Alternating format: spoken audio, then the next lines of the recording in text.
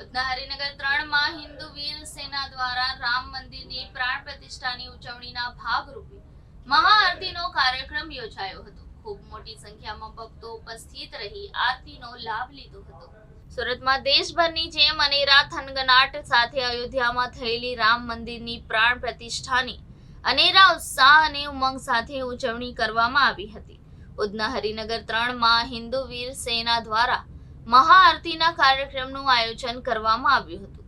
ખૂબ મોટી સંખ્યામાં ભક્તો ઉપસ્થિત રહી આરતીનો લાભ લીધો હતો। હિન્દુ વીર સેના દ્વારા મહાઆરતી કરવામાં આવી હતી। ઉધના હરિનગર 3 માં ભગવાન રામની પ્રાણ પ્રતિષ્ઠાને લઈને ભવ્ય આયોજન કરવામાં આવ્યું હતું। આજે જ અયોધ્યામાં ભગવાન રામની પ્રાણ પ્રતિષ્ઠા કરવામાં આવી છે, તે જ રીતે પ્રતિકૃતિ અહીં દર્શનાર્થે મૂકવામાં આવી હતી। સુરતના ઉધના હરિનગર 3 ના વિસ્તારમાં છેલ્લા 10 વર્ષથી અયોધ્યામાં ભગવાન રામના મંદિરની સ્થાપના થાય તે હેતુથી મહાઆરતી કરવામાં આવી રહી છે। આજે એ સપનું સાકાર થતા લોકોમાં વધુ ઉત્સાહ જોવા મળ્યો હતો। મનુભાઈ પટેલ। આજે હું સુરતની અંદર ઉધના વિસ્તારમાં છું અને ઉધના 164 ઉધનાનો હું એમએલએ છું, ધારાસભ્ય છું અને એ નાતે ઉધનાના તમામ પ્રોગ્રામો જે થઈ રહ્યા છે સવારે 8 વાગ્યાથી માંડીને આજે રાત્રે 12 વાગ્યા સુધીના પ્રોગ્રામો અમારા ચાલવાના છે અને એ સનાતન ધર્મને, સનાતન સંસ્કૃતિને ઉજાગર કરતા દરેક પ્રોગ્રામોને સાથે રહીને માણવાની જે મજા છે એ આજનો દિવસ અમારા માટે, હિન્દુસ્તાન માટે, ભારત વર્ષ માટે અને સુરત શહેર માટે સોનાનો સૂરજ ઉગ્યો છે અને આજે આપણે સૌ હર્ષ અને ઉલ્લાસથી આગળ વધી રહ્યા છે। ભગવાન શ્રી રામ 500 વર્ષથી ભગવાન શ્રી રામના મંદિર માટે આપણા પૂર્વજોએ લડાઈ લડી છે અને એના માટે ઘણા બધા આપણા વડીલોએ, પૂર્વજોએ આમાં કુરબાની પણ આપી છે।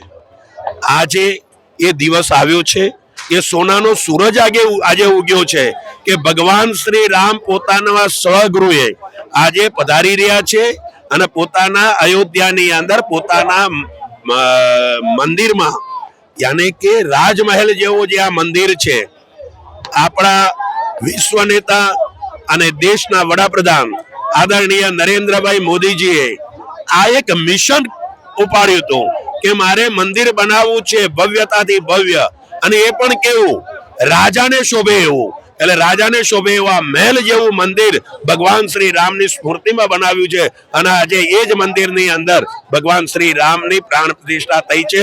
આખો દેશ ઇલોડે ચડ્યો છે, આખું ગુજરાત ઇલોડે ચડ્યું છે અને એમાંય આખું સુરત ઇલોડે ચડ્યું છે। સુરતમાં આપણું આ ઉધનાના નવયુવાનો, આપણી દીકરીઓ, આપણી માતાઓ, આપણી બહેનો, આપણા આવા સંગઠનો બધા આજે ઝૂમી રહ્યા છે અને એ આપણો ઇતિહાસ છે। આજનો ઇતિહાસ સુવર્ણ અક્ષરે લખાઈ રહ્યો છે, ન ભૂતો ન ભવિષ્ય।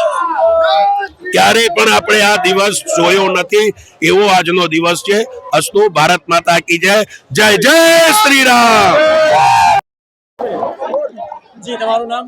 વિનોદભાઈ પટેલ, કોર્પોરેટર પાંડેસરા। આજે કઈ જગ્યાએ છો તમે અને શું પ્રોગ્રામ છે? પહેલા તો દર્શકોને જય શ્રી રામ।